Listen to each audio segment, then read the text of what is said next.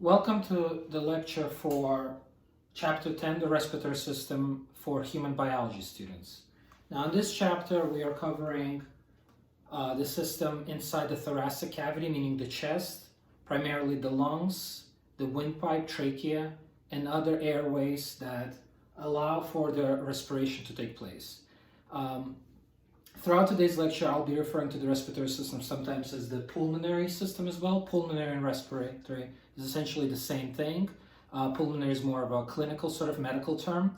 I'm going to be using them interchangeably because they're essentially synonymous. Now, what is the function of the respiratory system? Primarily, the respiratory system is there for gas exchange. So when we're breathing in air, oxygen, right? Oxygen is needed for all the living cells in the body, and we have to conduct that oxygen, that air, through all the airways, starting with the nostrils, so the nasal cavity, and going through the rest of the organs and structures here, all the way down to the air sacs or the alveoli. They're going to talk about those places in the lungs where the actual gas exchange takes place. So again, the function of the respiratory system is a gas exchange to allow oxygen to move through the body to get ultimately to the blood, to the hemoglobin, red blood cells, so it can be carried to all the cells in the body.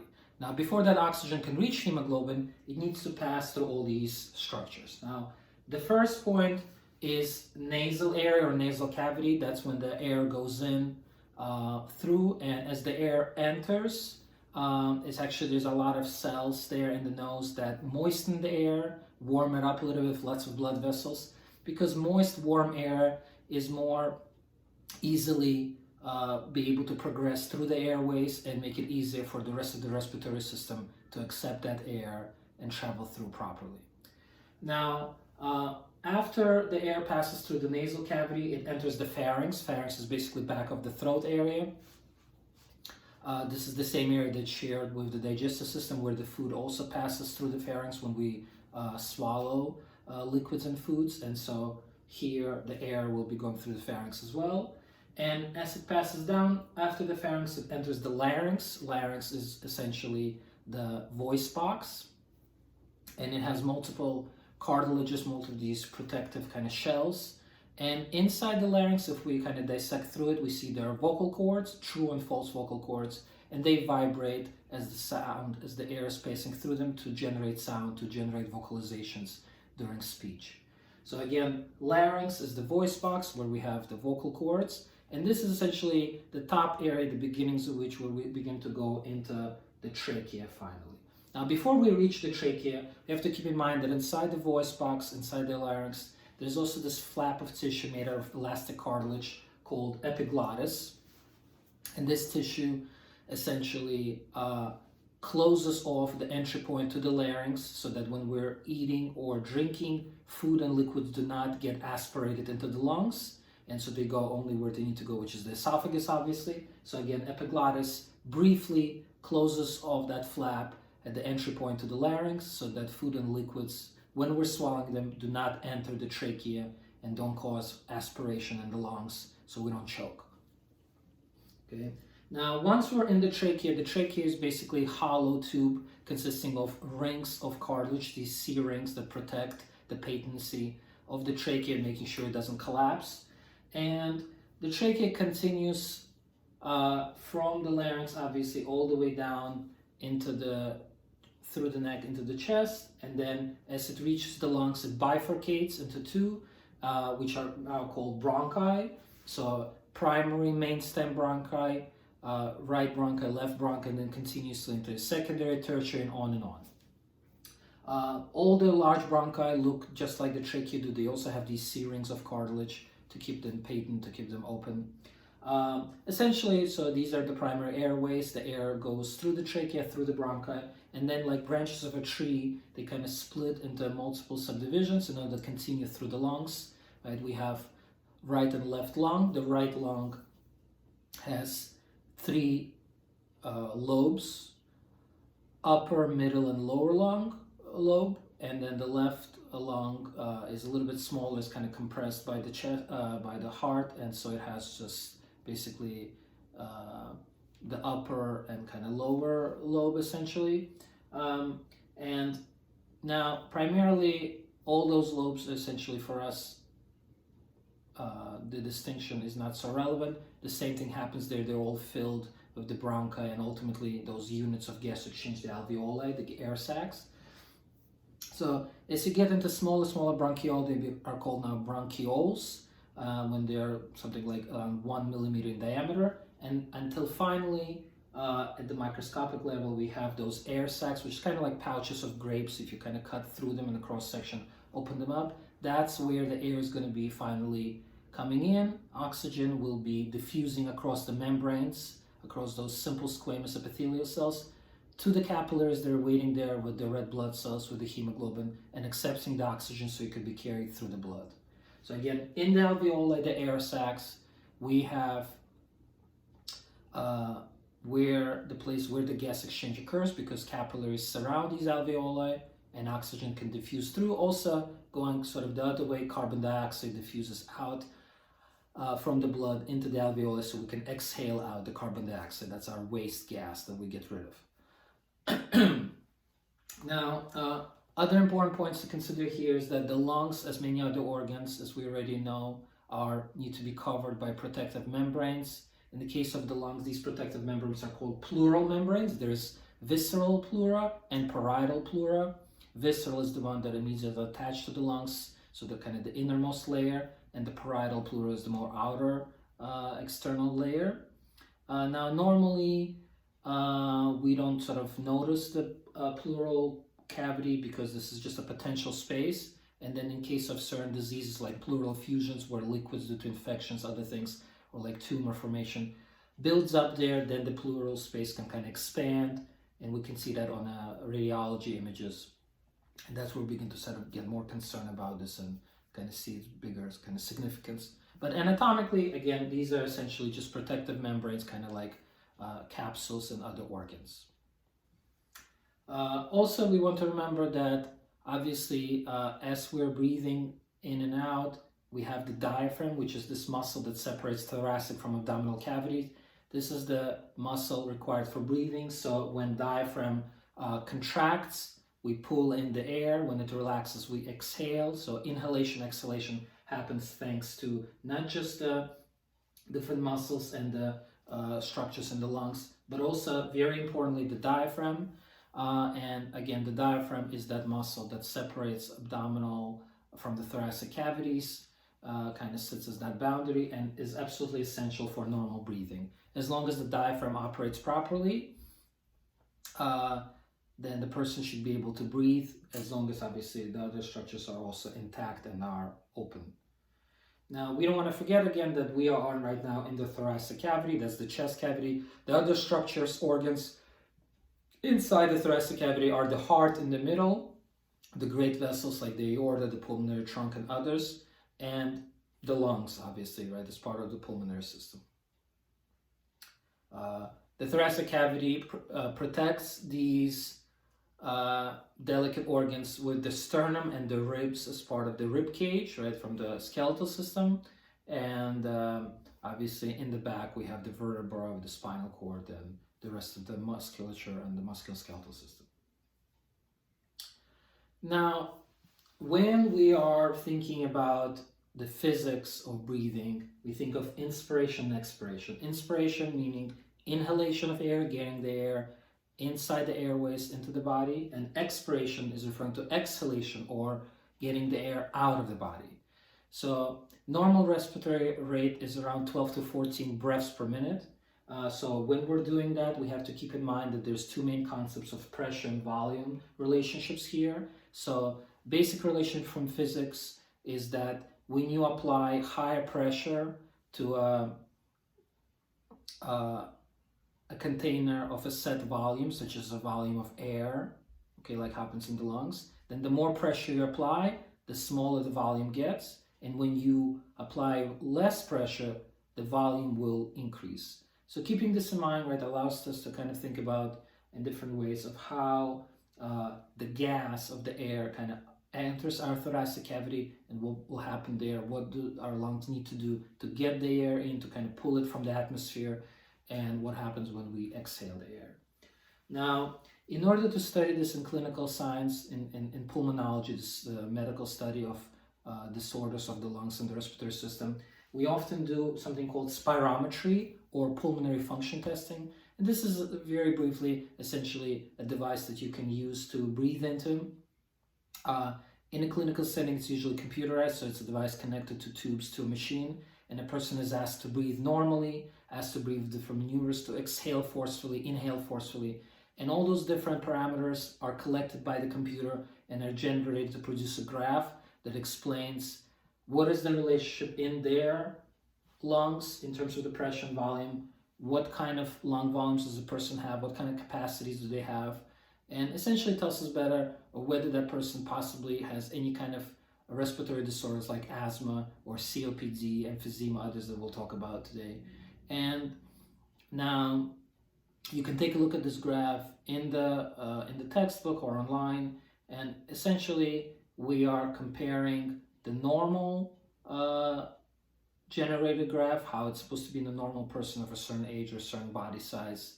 And everyone has different lungs and different abilities, and definitely someone who is more healthy or more athletic might have bigger lungs or higher capacity for breathing and gas exchange. And those people who are sedentary or older or just do not have healthy lungs, maybe due to smoking or other chronic respiratory disorders, will have reduced capacities and reduced lung volumes and will be less efficient in providing oxygen to their blood and to their body. Now, for the next part here, when we're looking at the pulmonary physiology, essentially during normal breathing, something that we measure at spirometry, we call this normal breathing is tidal volume. This is around 500 ml of air exchange with each breath, right? So when someone says there's tidal breathing or tidal volume is generated, this is just normal breathing. And then, right, there's all these other parameters that are included in that graph, again, like you can see in the book, trying to measure these different values, trying to kind of compare them and see what's going on with them. Now, keep in mind, again, very important is the concept of gas exchange. This is actually talking about what happens at the molecular level when the oxygen gets ultimately diffused across the membrane, the alveoli, to the hemoglobin, right? So hemoglobin, remember, is the molecules, this protein of iron, 4 atoms of iron inside each hemoglobin molecule that can bind reversibly to oxygen, carry that oxygen long enough through the bloodstream to the cells in the body, and then drop off that oxygen when necessary so that the cells can get the oxygen and survive and live, right? And then carbon dioxide to some extent is also carried by hemoglobin, but most of carbon dioxide is actually carried as in a different form, not bound to hemoglobin, although again that is possible at a smaller percentage of concentration. Now, when we talk about regulation of breathing, right, we know that the brain, obviously with the central nervous system, controls breathing primarily, just like it controls the heart function pretty much every single organ in the body. So what part of the brain specifically is responsible for control of breathing? That is the brainstem, and specifically the medulla. Brainstem is the beginnings of the spinal cord as the kind of the in the occipital lobe of the brain, sort of we have this continuation of the spinal cord kind of exiting out of the brain, where we have the occipital bone in the skull, and at that opening there we have the brainstem opening in the skull, and so inside the brainstem we have the medulla, and this is a very small area that contains the nucleus of the solitary tract. This area controls cardiovascular system function and the system of the respiratory rate, so controls how fast you're breathing, whether you're hyperventilating or hypoventilating, things like that. And so very, very important area, even though it's tiny, but extremely important clinical significance, obviously, because of it's controlling essential functions of the body. And then throughout the body, we also have certain areas where we have receptors that kind of monitor the function of the respiratory system in the blood, trying to see through kind of chemical means, use of chemical receptors, what is going on, how do we need to adjust the rate of breathing. And so one of the ways this is done is that inside the carotid bodies, carotids are the main arteries of the neck, is that bifurcation area where the main carotid arteries become internal and external carotids. at that split, there's certain points called carotid bodies. Inside, there are chemical receptors that are able to monitor carbon dioxide levels in the blood, oxygen levels, and hydrogen ion levels. Primarily, we are looking at the carbon dioxide levels. Keep in mind, right, so carbon dioxide is the waste gas. So under certain conditions, the body can retain more carbon dioxide. If, for instance, you are hypoventilating, breathing less at lower respiratory rate than normal, then you would be holding more carbon dioxide in the body. What would this cause to the blood, right? So carbon dioxide is acid in the blood. So the more acid you're holding, that means it's going to decrease the pH, right? Making more acidic. And in other cases like hyperventilation, when you're breathing very fast, getting rid of more CO2, getting rid of more acid, that increases the pH, causing alkalosis, or meaning it's more alkaline, the pH in the blood becomes. Okay. Now, for the last part, we're going to look at the disorders of the respiratory system.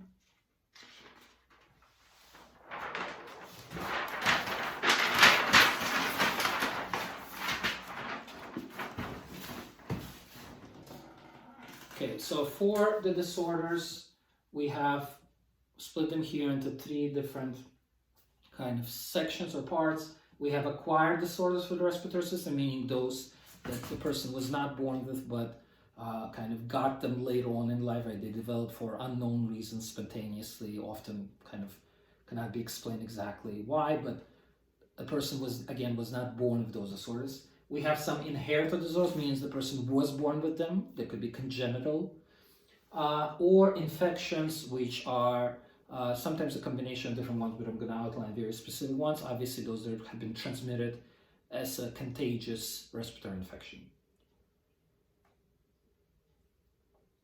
Now, for the acquired disorders, first we want to talk about asthma. Asthma is one of the most common respiratory disorders in the United States, especially among children. This is potentially a lifelong disorder that causes chronic, recurrent, spasmodic hyperinflammation in the airways, where more mucus is secreted, more inflammatory cells come to the bronchi and cause kind of spasms where the smooth muscle there, and overall accumulation of tissue causing difficulty breathing because the airways are kind of closing down. So during the asthmatic attack, it is very difficult to breathe, right?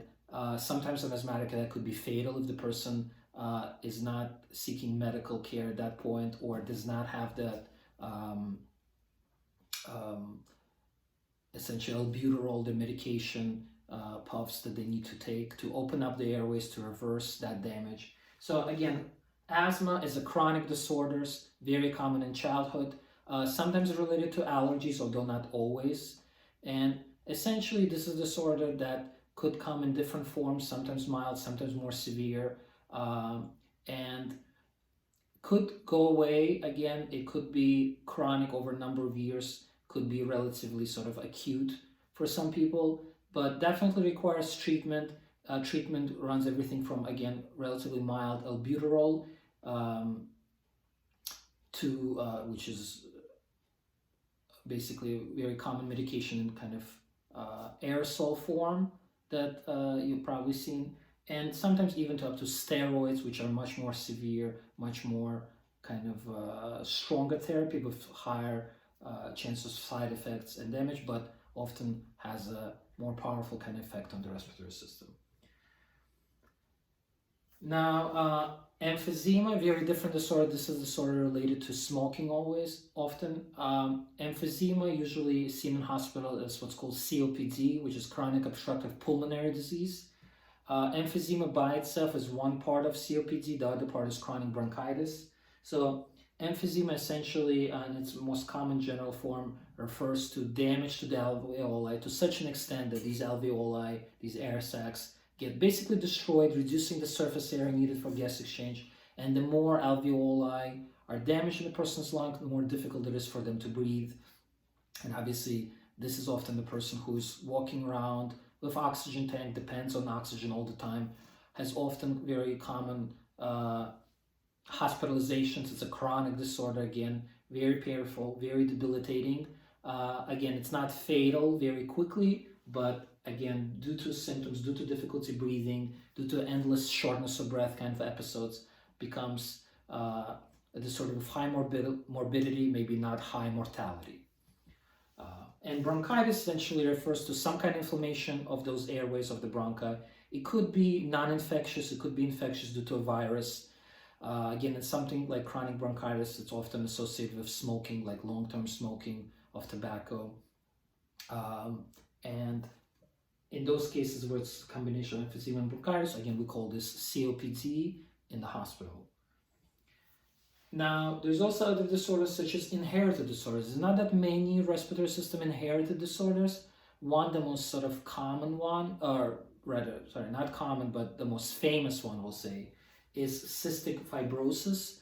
And this is where essentially a single amino acid mutation in a chloride channel in the respiratory system and other areas where mucus is produced has been changed. This gene is called CFTR gene, and that mutation causes very thick mucus to be produced. So this affects respiratory system, the lungs, the airways, pancreas, other glands. And essentially this person used to have very, very difficult life where there were very common pneumonias and other deep lung infections due to essentially that mucus not being able to be cleared out of the passageways of the airways properly. Right now there's more treatment available for these patients. I don't think there's any cure exactly yet. But essentially, again, cystic fibrosis inherited disorder starts out right away in early childhood. Often these patients require many hospitalizations, intensive treatment to break apart that mucus, to give all kinds of different therapies and medications to remove that mucus, to help reduce the number of infections in the lungs, to prolong to their life and make it easier for them to breathe, obviously. Potentially there will be gene therapy treatments coming up soon for this disorder, as a lot of research is done for this in order to figure out how to help those patients. Again, the mutation is in CFTR gene, which is a chloride channel where damage has occurred.